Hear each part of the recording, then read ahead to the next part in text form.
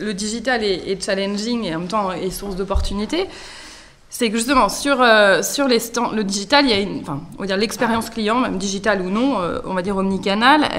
On va dire, moi j'aime bien dire qu'il y a deux niveaux deux approches à combiner. Il y a la dimension fonctionnelle, donc comment on assure une fluidité parfaite, un niveau de service impeccable, une rapidité de la livraison, une fluidité parfaite.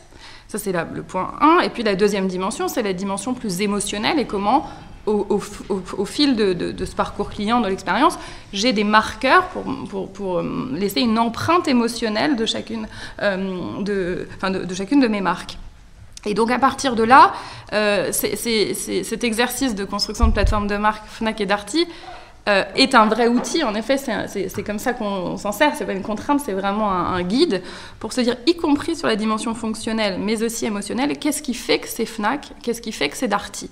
Et notamment sur le digital, c'est pas simplement avoir une plateforme digitale. Enfin, si je parle de la fonction transactionnelle, parce qu'après il y a plein d'autres choses autour des marques, mais sur la dimension transactionnelle, on va pas aboutir à un site Fnac qui est juste peint en moutarde et qui serait équivalent au site Darty. Parce que même dans le parcours digital, il faut qu'il y ait des services, des fonctionnalités qui soient en résonance avec la plateforme de marque Darty et réciproquement pour Fnac. Donc ça, je dirais, c'est la dimension fonctionnelle. Et puis, bien entendu, émotionnelle, ça va de soi.